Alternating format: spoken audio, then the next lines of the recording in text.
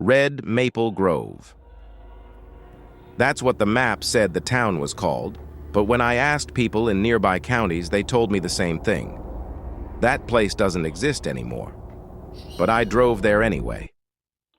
At night, when the clock struck 12, I heard footsteps on the road outside, slow, synchronized, not one, but many. My heart raced as I peeked out through the cracked blinds. And that's when I saw myself, marching with them. I was never supposed to end up in Red Maple Grove. The whole thing started as a side project. I run a small channel online covering abandoned towns and strange American folklore. Most of the places I visit are just dusty ruins with graffiti and broken bottles. But Red Maple Grove kept popping up in forums, whispered about like it was cursed. Every 30 years, someone said, the whole town turned inside out. Residents vanished overnight, leaving everything behind. Food on the table, clothes still drying on the line, dogs chained in yards barking until they starved. The creepiest part? People swore the townsfolk came back, but not as themselves. They came back, marching. The locals called them the Midnight Marchers. I didn't believe it. At least, not until the night I stepped foot into that town.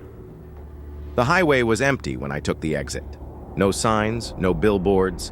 The road narrowed into cracked asphalt swallowed by weeds. The first houses I saw were sagging against time, their windows black holes, but they weren't vandalized. No smashed glass, no graffiti, just perfectly preserved emptiness. It felt wrong, as if everyone had left at the same time. I found the town library. Shockingly, the door opened. Dust floated like snow in the stale air, and rows of books leaned as though watching me. Behind the counter was a single ledger, its last entry dated 30 years ago. Final census, 1247. I froze. The town had exactly 1247 residents. No less, no more. But on the desk beside it was something stranger. A handwritten note, scrawled in shaky letters. When the march begins, do not look outside. When the march ends, do not look in mirrors. When they call your name, do not answer. That night, I stayed in one of the abandoned houses. Dusty furniture, a lamp that flickered when I tried it, wallpaper peeling in strips. I set up my camera by the window, pointing out toward the main street. My plan was simple, record proof of the so-called marchers. At 11:59 p.m., the air changed. Still, heavy. The silence pressed against my chest. And then, footsteps. Slow, rhythmic. 100 feet moving together. I froze, every hair on my arms rising. I forced myself to peek through the blinds. They were there.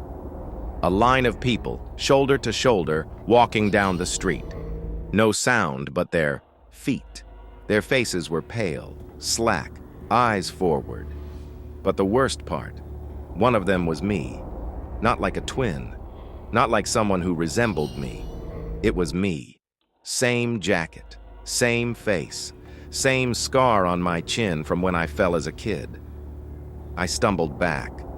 Slamming into the wall, my breath ragged, the marchers turned the corner and vanished into the fog. I barely slept. By morning, the streets were empty again. No footprints, no evidence, just silence. I washed my face in the cracked bathroom sink.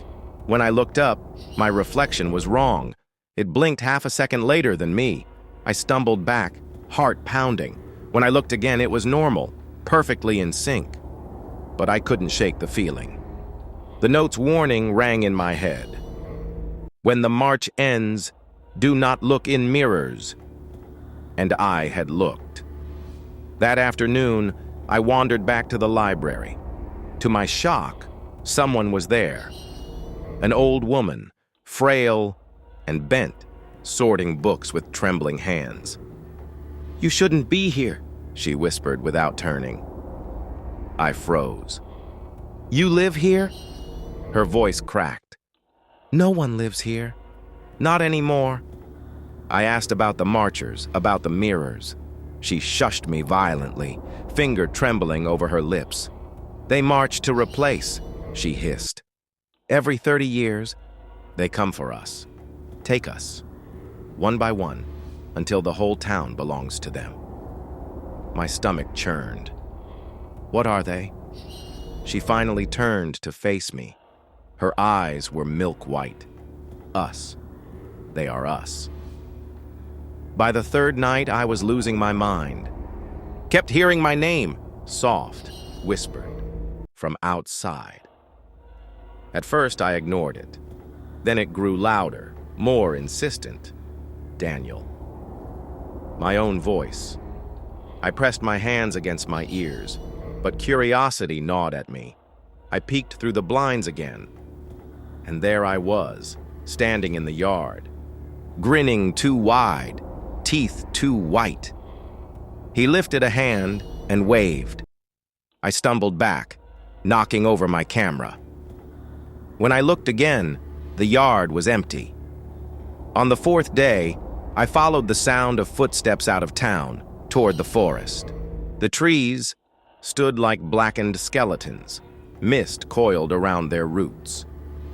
And then I saw them. Hundreds of marchers, in rows, moving deeper into the woods. At the very end of the line, me. Again. Only this version of me was stripped bare, pale, covered, in soil. His eyes rolled toward me, and for the first time, one of them broke formation. He reached out a hand. "Join us," he whispered in my exact voice. I ran.